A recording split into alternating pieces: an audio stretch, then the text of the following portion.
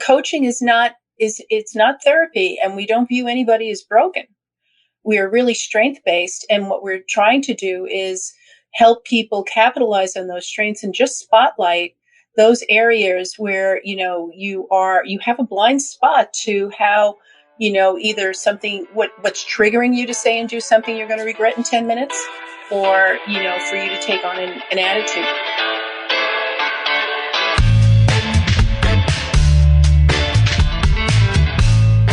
Clock in, scrub up, and join us behind the red line. You're listening to First Case, a perioperative podcast bringing you exciting interviews, engaging discussions, and innovative solutions that are changing the way patients receive surgical care. Each episode, we talk to frontline staff, perioperative leadership, and nursing entrepreneurs from across the country as they share their stories, experience, and expertise on the industry we love. From the back table to the boardroom, from wheels in to wheels out, we tackle the real-life issues affecting the OR. Whether you're tuning in for surgical service education or inspiration, we're glad you're here. And now it's time to roll back and start the first case.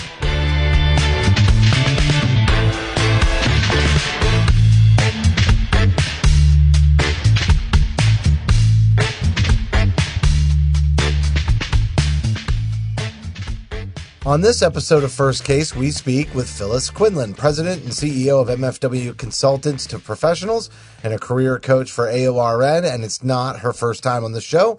It's number 2. And Melanie, you got a chance to meet Phyllis in person and do some coaching in the interim since the last interview. And I'm really excited to have her back as we continue this important conversation this season built around professional development. I'm super excited to have her here today. She's just a treat of a person. She knows her stuff. She is very professional and very insightful and really does a great job drawing out maybe some of the bad habits we have or some of the thoughts that we are thinking, and really helps you assess that, not because it's your like she'll say in the interview, not because you're broken, but it's because this is something we can build on, move on from, change and get better. And all of that fits into professional development in a way that's beyond just the PowerPoint and the CE presentation. So I'm just excited to have her come talk about all of that and coaching and what she does so well. And it's definitely going to be a fantastic interview. You definitely want to stay until the end for this one. We're going to be right back after a short break with Phyllis Quinlan.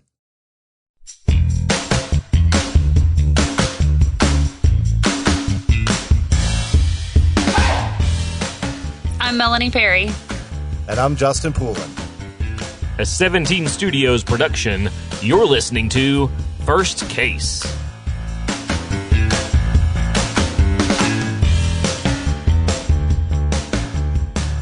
Joining us now is Phyllis Quinlan, President and CEO of MFW Consultants to Professionals, and also a career coach for AORN, and finally, also a 2-time guest here on the First Case podcast. So, Phyllis, welcome back to the show. I've missed you guys. It's great to be back. Well, you're a perfect fit for this season and the theme that we have going on, and you are also the second career coach or executive coach that we have interviewed this season, although not surprisingly, as we talk about professional development. And I know that when you came on last time, you talked about the wonderful benefits through AORN to engage you as a career coach. And Melanie, you went ahead and took her up on it. Yes, I did. As soon as we got off the interview, actually, I think I shot Phyllis an email, or I went and looked on AORN's website to figure out how to access her expertise. And I guess you could say the rest is history, but it was definitely a very helpful conversation. And my resume looks pretty freaking awesome, I just have to say. So she definitely helped me. Phyllis, I know we just gave you an introduction, and I know you talked about your career, in the past, and I'm going to keep picking Melanie to tell us more about her experience in speaking with you too as we go through the show, I'm sure. But just to get everybody kind of level set on what a career coach does or an executive coach, I realize you have different coaching roles depending on the setting. and also some of your background and how you found coaching. If you can start us there and just introduce yourself a little bit in case somebody hasn't listened to your first episode, which I highly recommend. Well, thank you for the opportunity. So I was a social worker for a brief period of time prior to becoming a nurse, and kind of decided I was a psychiatric social worker. And I really, said, well, as opposed to going on in the social worker realm, I really thought I could be more personally effective if I pursued a career in nursing. So it's very shortly, I think I was a social worker for, like 20 minutes. And then I decided to go on to nursing. So I got my baccalaureate degree in nursing and then pursued that. And like every other career development, you try things on, to see how they work. You try on administration, you try on education. And I think the thought about becoming a professional coach started really when I was a director of education. So I think all of us know that, if you're struggling a little bit and you want to have a conversation and you're not sure and there's not a lot of psychological safety around things, you tend to associate administration with crime and punishment. And the educators seem to be a little bit more supportive and nurturing. At least back in the day, that was my reality. So I found myself gravitating more to the world of education. And with that, found myself being asked to give advice, being asked to mentor, being asked to take a look at a resume and do all of those things. And I really loved doing it. And the feedback that I got was great. So I was like, well, maybe this is my other thing where I can blend some of the background I have in sociology and psychology and nursing. And this is where I can pull it all together. So I started doing that professionally about 20 years ago. And now I'm certified by the International Coaching Federation as a certified professional coach. And I'm very proud of that achievement. And it's been wonderful. AORN invited me to be the career coach back in 2012. So we're going on 11 years as of next year. We just celebrated a 10th anniversary. And then I was really thrilled to receive an offer from the American Nurses Association, New York State, my home state, the New York State chapter. And now I am the professional coach for that professional nursing organization as well. So what I really love is the vision of these professional organizations as they're trying to do the best by their membership. They're saying, well, they're going to need academic things, white papers, policies, procedures, guidelines, protocols. But, we need to take care of these professional caregivers as well. And, why not create a safe space and availability of a career coach and really start, making it silly not to take advantage of the free benefit you have by virtue of being a member, to not at least, connect and say, I have no idea what you do as a coach, but I'm looking forward to learning. So, we're not therapists. We're not licensed for that. And we don't go into that. I do a lot of referrals when the subject matter is outside of the realm of coaching. But coaching is strength-based. And what we do is identify character strengths. We identify personality strengths. And we first assess, are these strengths working for you? Are there a few strengths you still need to develop? And then one of the things I like to do is talk about, are you overusing any of your strengths? Because you'd be surprised that sometimes when you get the feedback from or you're approached by a potential client and they say, I'm wondering if you can help me because I don't understand why this keeps happening. And usually when I hear those words, I don't understand why this keeps happening, it usually signals to me that there is some kind of blind spot on a behavior and they think they're coming across in a certain way, and the person or people receiving that behavior are interpreting it totally different. And I find that what happens is someone might be using their character strength of honesty, and they think they're offering something that's transparent and heartfelt and honest to a person or a group, and it's coming across as brutally honest, the overuse of honesty. And then, sometimes when you're a little judgmental and you're brutally honest, it really starts to stink of sanctimony. And people may not even realize that. So, I get questions like, geez, I don't know why this keeps happening, And once you start saying, doing an assessment of character strengths and saying, well, how about if I show you or I explain to you what overusing this character strength might look like, maybe it'll resonate with you.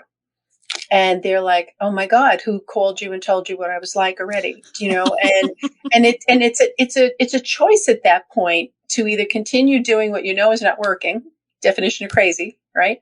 Or to really find the grit and the tenacity and the courage and the discipline to say, I'm going to leave these habitual behaviors behind that are no longer serving me, and I'm going to learn new ones. And I want to be very clear, when you let go of behaviors that are no longer serving you, you want to do that in a very thankful manner, because those behaviors got you where you are today. And that you should never think of yourself as broken or crazy or stupid or whatever. I can't believe I do this. No. Those behaviors got you where you are today, to the point where now you're in a place where you now have opportunities to decide, what is the skill set for the rest of my career? And do I have that skill set? Or do I need to let go of what's not working in order to make room to learn new things that will take me from where I am now to where I want to be? Oh, I love that. I just want to sit and just listen to you talk for, I don't know, hours. And I've done that already. And I took advantage of your time and expertise in New Orleans when we were there together at That's AORN. right. We had some fun. Oh my gosh. Yes, we did. The food was amazing. And so was the conversation. But then also, when I first reached out to you after our first interview with you, I really did kind of feel like I was talking to a psychic. I'm like, how do you know this about me already? And I'm going through things I'm thinking about, but how do I get from point A to point B? Because here's where I am. And it wasn't like you told me what to do, but you asked me very pointed questions. Is almost like, will that bring you joy? Does that really inspire you? Is this, and making me really, I guess, think more deeply about what was motivating me, what was driving me, why did I want this or that, particular goal. And then also the resume help, just making it look like I didn't build it as a kindergartner and I was actually a professional. I mean, that was just, I don't know. It was just so helpful for me, but I guess it's hard to put into words the benefit from a phone call with a coach and with you. So if anybody else listening wants to take advantage of the coaching services, if you're an AORN member, you get those for free. Yep. You definitely 90 minutes free with me. And if you renew your membership, you get another 90 minutes. So it's something that's perpetual. It's not a one and done. Yeah. So every year I get a free 90-minute phone call with you, Phyllis. That's and right. That means we get to chat even longer. That is right. But Melanie, you pointed out two things. So, again, the art of coaching has a certain skill set, just like the art of any other profession. And probably two or three of the biggest skill sets would be the ability to listen, truly, truly listen, so that you can be fully present for that person and really hear them. And in that hearing, you're finding insights. When I call it 360-degree listening, I'm not just listening to the words, and I'm not just doing active listening, meaning, listening to the tone of your voice and the temper of your voice. I'm really tuning in and trying to feel the energy as well. As an old hippie, I do a lot of that. So really with practice, what happens is that people will tell you, and in the beginning, people will tell you what they think you want to hear. And, you're politely listening and you're going, and then you might ask, something, and then you say, okay, so how long are we going to play? When do you want the coaching to start?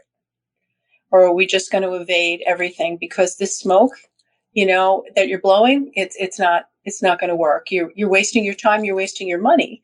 Let's get real. There's a lot that can be done, and you're in a safe place. So then I say, well, here's what I'm hearing, but here's what I'm feeling. So am I right? Am I wrong? Am I full of beans? What's the deal? I got to ask you about that. That's really interesting what you just said, right? So you're hearing one thing, but you're feeling something else. I really like how you're talking about your experience and pointing the incongruity is what you didn't really say it was incongruent. You just kind of said it was two different things, but I wanted to really kind of pinpoint that and ask you, are you trying to point out an incongruency in asking that question without making judgment? Well, I am. So the coaching is completely voluntary. There's no mandating here, right? My private clients are paying me, and my professional nursing organization clients have me as a benefit, a free benefit by virtue of their members. Why would you want to either waste your money or waste your time? So, I do ask in the beginning, well, what is it that you want to achieve? Or what made you think you needed coaching at this point? And then when I ask that question, that's what I'm going to steer towards. But, people are very good at weaving and bobbing and dodging. Being a professional nurse for 44 years, I've talked to enough patients and families and staff and interdisciplinary professionals to know when the truth is coming, or some version of the truth is coming, or some of the truth is coming, but not all of the truth.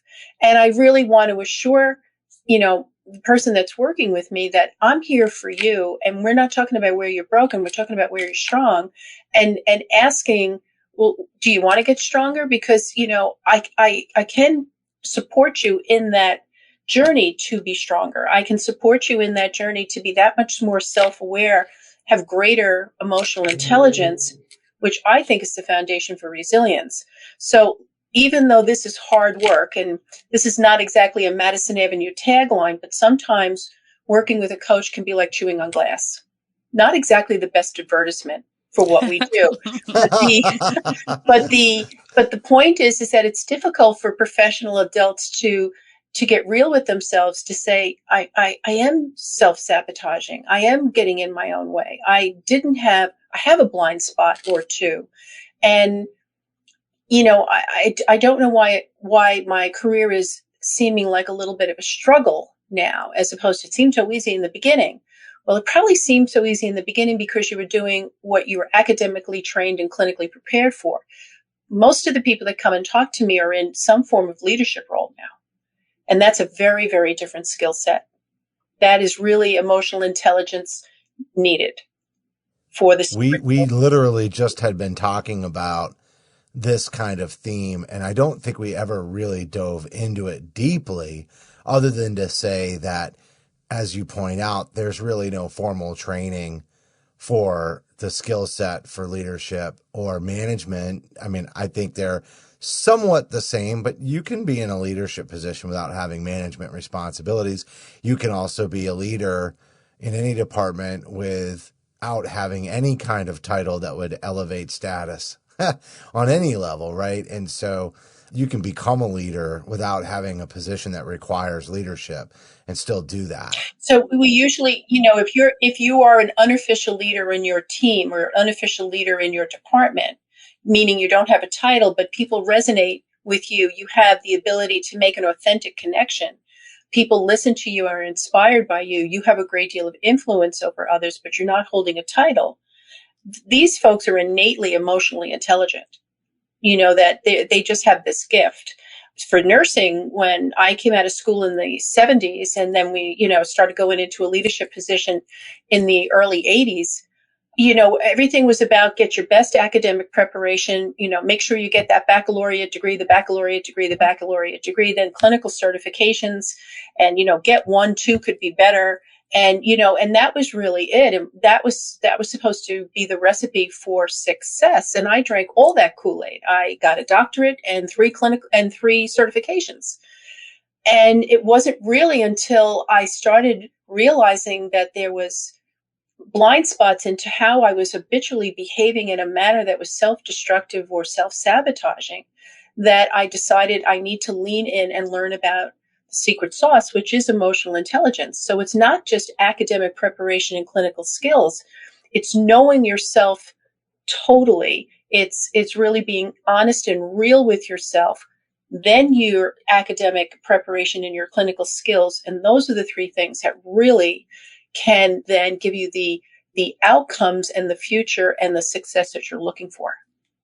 Can you give us a couple of stories? They don't have to be your personal ones necessarily, but when you talk about that self-sabotaging, when you talk about, those kinds of things that are holding people back, we're using a lot of terminology, but we're not really saying this is what it literally looks like. Can you paint that picture so people can really like say, oh man, and I'm already getting ready for a big slice of humble pie here as you lay this down, because I'm sure that we all do all of these things, right? So if you're out there, and I just want to preface it this way, if you're out there and you resonate with something that Phyllis is about to say, it wouldn't be that there's something wrong with you or that it's uncommon. I think it's quite common. And I'm ready I'm ready for it to resonate with me because I'm certain I do it. So I'm glad that you're acknowledging that it's common, because number one, we're human. And as professional caregivers, we do not give ourselves the luxury of acknowledging and embracing the fact that we're human. I'm hoping that some of the silver lining of COVID is that it put people back in touch with, there's a certain amount of humanity that has to happen, a certain amount of self-care, and not just self-care as a nicety, a little gift, I'm going to spoil myself today, but self-care as a necessity to be totally prepared to help another person, So here's one of the character strengths that's extremely common to professional caregivers is the character strength of fairness. So would we not agree that fairness is a wonderful character strength? Would you want that in a leader? Okay. You'd always want the person who's the most fair-minded to do the schedule, especially around holidays, right? And even if, I came up at a time where a lot of people would say about my leadership skills, well, she's tough, but she's fair. So it was almost like, because I was fair, maybe my transactional ways at that time should be I should get a pass for being so transactional, because at least at the end of the day, I was fair. Okay. So let's talk about the overuse of fairness. Okay. So when someone who is fair tries to look at the big picture, right? They're going to weigh this and they're going to weigh that, and they're going to try to look at the total picture from a 360 degrees and really get, a feel for something so that they can make the best possible fair judgment. However, if that person overuses their sense of fairness, then they start to develop a mantra. I call it the mantra of the person overusing their fairness strength. And it's, yeah, but. That's the mantra. Yeah, but. So you go up to someone and you're giving them a little. How did you pick mine right out of the top? I'm telling you, she's psychic. She is. I got called out on yeah, but less than a week ago. So let's talk about this, Justin. Let's lean in, right? This is really funny. So, what happens then is, the person you're trying to explain to them that I just saw this behavior. You're clinical, you were in a rapid response. And boy, you dropped that line, you did all those things, your documentation was great. But what was that going on with the respiratory therapist? Can we talk a little bit about your behavior with the respiratory therapist? And the person's like, well, and they're kind of hedging. And then I say, well, here's what I saw. And then their reply is, yeah, but you weren't there in the beginning and you didn't hear blah, blah, blah. And you weren't there last week. So, this is something chronic and blah, blah, blah. And it's, yeah, but. And I'm like, okay, I hear what you're saying. So here's what I saw with the physician. And here's, it seemed like there was a little bit of antagonism or something going on with the physician. What was going on with that? Yeah, but you don't know. Here's what you don't know. So what they keep saying is, yeah, but. And instead of taking accountability and ownership for the overuse of this fairness thing that I'm trying to raise their awareness on, what they're compelled to do is give me more information so that I will start to see things their way. And I never will, because what they were engaging in was not productive. It wasn't healthy. It wasn't, maybe civil. It wasn't emotionally intelligent. And they're trying to say, well, you don't have enough information to understand why I behaved the way I behaved. And they honestly are trying to give me the 360 degree, view of everything, hoping that I will say, oh, well, that justifies your behavior. But the way they're coming across is they can't accept constructive criticism. And now I say to them, I just don't understand why you're not accepting some constructive criticism. What are you talking about? I'm just trying to give you the big picture. And their blind spot is they don't realize the pushback, because they're really all in the overuse of that strength and fairness, saying, well, you'd be more fair-minded towards what I did if you knew this and you knew that and you knew the other thing. And they're not hearing, I understand that, but your behavior wasn't consistent with your goals. You've asked me to talk about self-management and hold you accountable to self-management, or your trigger for anger, or your trigger for raising your voice. I'm trying to hold you accountable to that. This is what I'm sharing with you, that you didn't manage that well, that I saw that. Yeah, but, did you hear how they talked to me? And I'm like, So they're deflecting. How am I doing, Justin? Is it resonating? Yeah. And honestly, part of the reason I got called out is because I was coaching somebody else. They were like, well, what would you have had me say? And I said, well, you could have said, you could have validated them and then said, but, and they were like, I'm not going to do that because that's actually invalidating them. And I was like, oh yeah, but no, I didn't say that. But, it was me asking somebody to help me with something and to say, yes, but I'm sure Justin meant da da da da da, right? So, and it was the wrong. Not only was it the wrong play, they recognized it was the wrong play and called me out on it. So when you're giving feedback, just a heads up, you lose the word but and you embrace the word and. Okay, so here's what I saw that went well.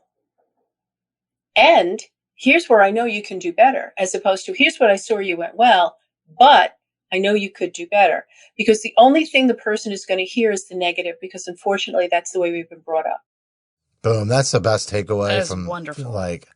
That's so wonderful. It totally changes the entire dynamic and still gets across the message.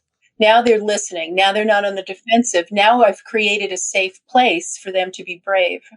Yeah, because your sentence doesn't go from positive to negative. It stays That's positive right. to positive. That's right. Which So keeps you on the same remember plane. that coaching is not therapy, and we don't view anybody as broken.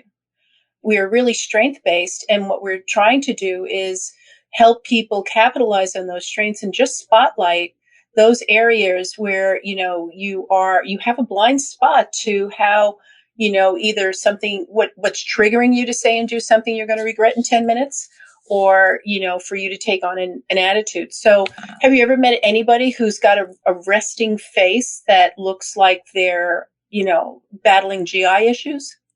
And they come to every meeting, and that's literally the person I was talking to.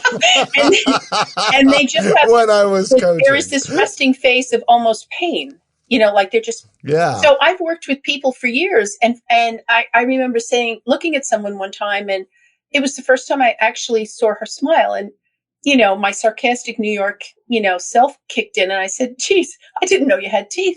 Because I've never seen you smile, but you have to, and if you say to someone, do you realize you never smile? Of course, smile all the time. Well, I'm working with you 10 years and I don't even know you have teeth, right? Yeah, and I've never seen it. So, and they're like, you're kidding. And I said, well, has no one ever given you that feedback? Yeah. Well, what are we going to do about it? I mean, is that okay? Do you want to be the one in the room that everybody's trying to avoid eye contact with, or is afraid to say anything you want to add because it looks like it's going to come out like a volcano? And it's just, this resting face that is either detached or it's perpetually painful. Yeah. Gives off this feeling of intensity, and people are just afraid. Yeah, it's the body language that communicates exactly what you don't want it to communicate. I've been accused of that myself, so more than I probably. Yeah, and I don't ever see that. So, well, maybe what that means is I've got more of my true calling in this position than I did in the hospital, because I was not this happy when I was working in a clinical setting. So maybe that has something to do with the outward matching the outside matching the inside. I don't know. But do we have time for one more? Absolutely. That's exactly what we want. Okay, so let's talk about humor. Would you agree that humor is a wonderful character strength? Oh yeah.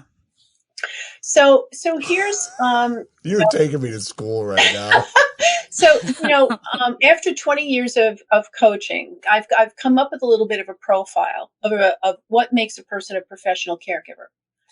By and large, and this is not to stereotype or anything, this is just to say, for the hundreds of people I have coached over 20 plus years, by and large, these people are either firstborn or the first female, or they are the secondborn, where the firstborn went peace, love, rock and roll, and absolutely abdicated all of the accountability and responsibility personalities of the firstborn. And they took it on themselves, but it was an active decision. Okay, so that's one piece of the profile. Another piece of the profile is that professional caregivers, by and large, had somebody in their nuclear family that needed caring for. So I had a maternal grandmother who was obviously aging and passed away when we were little, but we took care of her. You might have a sibling who's chronically ill, maybe a parent who's chronically ill, but someone in the family needed caring for, and you were the one who decided that you had the right stuff and you enjoyed it and you enjoyed the feedback you got. And so you became the caregiver. And then the third piece that I have found is, by and large, again, it's not one size fits all, is that we were brought up in a family situation where somebody needed some peacekeeping, so that somebody might have had anger management issues, or somebody might have had an issue with alcohol or another substance. And this person, and then of course there was a conflict between spouses, parents, children, siblings. And you became the peacekeeper. So here you are accountable and responsible, firstborn traits. You are a caregiver. Somebody needed care and you stepped up. And now you're the peacekeeper and you're 6 years old. Because what happens is, unfortunately, adults did not necessarily rise to what was needed, and you did. And you started navigating this whole world of professional caregiving while you're in kindergarten and early primary school. One of the things we know with humor, and if you've ever studied any of the stand-up comics, I think of Robin Williams. I've read a lot about his life. And what you find, one of the common themes of stand-up comics is they were raised by single parents, mostly single mothers. So mom held a couple of jobs down. And mom would come in from work and she may have, brought in, she's eating some dinner cold, and she opens up a piece of mail and she's working 3 jobs and she sees the mail, and of course it's an overdue bill. And it's just, she's tired and it's just a little overwhelming, and she goes to tears. So that child then does something funny to keep mom happy, make mom smile. And if you listen or you start reading about people who have chosen professional humor as a way of life, you're going to hear that they used humor to help people get through, mostly themselves because they were so young, awkward moments, that they weren't comfortable with confrontation. They weren't comfortable with loud noises, meaning anger, yelling. They weren't comfortable with tears, and they didn't they didn't know how to connect with emotions to have a conversation, but they knew how to make mom laugh or mom smile or do something. And then they made a career out of it. So those of us who are professional caregivers, if we overuse our humor, now I'm the first one to say that humor is the best medicine, and I'm an emergency department nurse, so I have a very sick sense of humor. Okay. But if you overuse humor, what you find is that you're in a heated meeting or a heated discussion, and then you make a crack to kind of lighten the moment. And somebody looks at you like, what part of this professional conversation don't you get? And your reaction is, I'm just trying to lighten the moment. You're being very honest with what you're trying to do, but you may not understand what you're doing is signaling to everybody that you can't handle confrontation well, and that now you're the class clown. So when you're overusing humor and you find yourself, you try to lighten things up, and that's the mantra for someone overusing humor. You really have to roll that back to say, okay, what about early confrontation made you so uncomfortable that you had to divert and deflect with humor? or you felt that your job was to keep mom smiling, happy, or whatever. So now your job is to keep the team light and airy, as opposed to letting everybody sit with difficult situations so that we can actually drill down to the etiology of an issue and get to a solution. How am I doing? Mic drop. Yeah, I'm kind of speechless. Seriously, that was 3 pieces of humble pie. Right. You might have to give Justin your AORN membership number. You might. Yeah. I feel a phone call coming. I'll give him your cell phone number. Really, seriously though, that's phenomenal. If I would be very surprised if every single person that listened to this episode didn't have at least one of those 3 scenarios resonate with them. That's right. Be very surprised. Yeah. Which people have to understand, that does not make you needy or broken or damaged. It actually makes you one of the most generous people on the planet. You know, here you are so young, willing to take on responsibility and accountability, willing to offer, not just to feel compassion, but to put that compassionate feeling into the action we call caregiving, willing to take on the stress of someone else's troubles and try to make it better. You're all extremely, seriously, among the most generous people on the planet, and we don't hear it that way. And the reason we don't hear it that way is the downside of having those qualities means that those same adults who are relying on you inappropriately to be older and more mature before you're ready developmentally to take on those things are now, you may say to them, well, I have this need, or I need this. And they're saying, yes, well, when we get everything else done, let's see what we can do for you. And you're subliminally being told that your needs don't count or they count last, which is why we have such trouble with self-care. Which is why we have such a hard time asking for what we want or receiving it, because we've been constantly told our needs don't matter.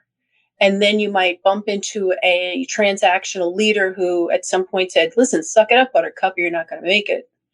And then all of a sudden your needs become less of a priority until you finally say, I have no needs. And hello, burnout. Phyllis, all I can say is you absolutely backed up an incredible first appearance on the show with a doubly as phenomenal conversation today. Thank you so much for coming on. I'm really glad in the second half of this that we really got into some detailed examples, because I think this could really have a very positive impact. So well, I hope so. On everybody who's listening. And for those of you who have not taken advantage of this and are a member of AORN, I think you can clearly see this is available to you, and, you know, kind of identifying some of those patterns, right? And having some self-awareness around them, Phyllis, is absolutely going to guide people towards not only professional growth, but personal growth. Because all of those principles apply in our daily lives, not just our work lives. So you would go to the AORN website and you would click on resources, and I'd rather career center than resources. You can put coaching in the search bar, and the link for getting yourself scheduled with me would pop up.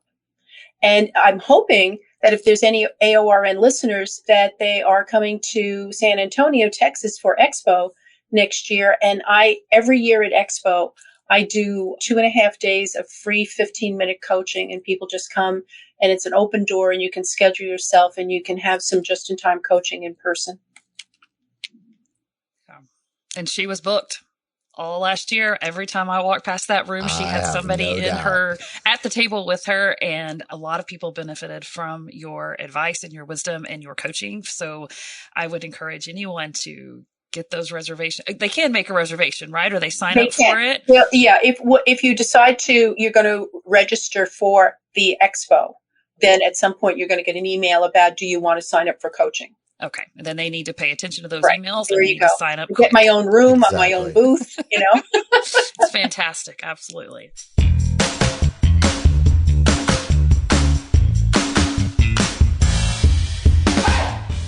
That was Phyllis Quinlan, President and CEO of MFW Consultants to Professionals and the career coach for AORN. And Melanie, I said that I was getting ready to eat, maybe a slice of humble pie or two, but I ate all three. I went back for seconds and thirds. But, honestly, I guess it's not really a surprise because all of these examples were really tied to kind of a profile of the caregiver. So, again, if she didn't hit on one of those, I'd be very, very surprised. And, I bet in many cases, two or all three, like myself, would really come across as something like, oh, hey, wow, I really do that. And it shouldn't be a surprise to you because it's certainly not a surprise to Phyllis. Nope. Absolutely not. And I kind of think she just served us all the buffet of character traits and things that we do and things that we need to maybe be aware of and notice about ourselves and how it affects us in our careers and personally. And it's eye-opening to hear somebody talk about that stuff without actually knowing you personally. And yet you're like, oh yeah, that's me. I do that. And just to see how you can change, how you can grow, and how you can improve from learning more about yourself. I'll tell you, what people may or may not know, depending on whether or not they've been a guest on this show or whatnot, we develop an outline just to kind of give us a path for the conversation. But some of the best interviews we've done have completely scrapped the outline and just gone with the flow of the conversation. That absolutely happened on this interview, and I think it was for the better. So that's going to do it for this show. I hope everyone enjoyed it. And if you are enjoying First Case, do us a favor and download our smartphone app for iPhone or Android. And in many cases, we have some bonus content for you for certain episodes. But if you don't want to download yet another app to your phone, I get it, but you're obviously already listening to podcasts. So maybe you have Apple, Amazon, or Google Podcasts on your phone. You can find us there. You can definitely subscribe and like our show. If not those, you can find us on Stitcher, iHeartRadio, or Spotify. And honestly, there's so many different podcast apps out there. You just need to search for First Case Media if you're using a different one as your favorite. I do also want to remind everyone that we love getting feedback from you as the audience, whether there was a special episode that really touched your heart or gave you something that you could put into practice every single day. We would love to hear that. We'll even share some of that feedback on future shows and talk about, how that's had an impact and throwback to other episodes. We also want your recommendations. If you know somebody in the industry, they don't have to be someone that's in a high-ranking leadership position. If they just have a really great story to tell, or they overcame some sort of difficulty or challenge in their day-to-day or put in a better process, we love having those conversations on this show as well. So guests, topics, themes for seasons, we're all about it. Just send an email to info@firstcasemedia.com. And on behalf of Melanie and myself, thank you for listening to this week's episode of First Case.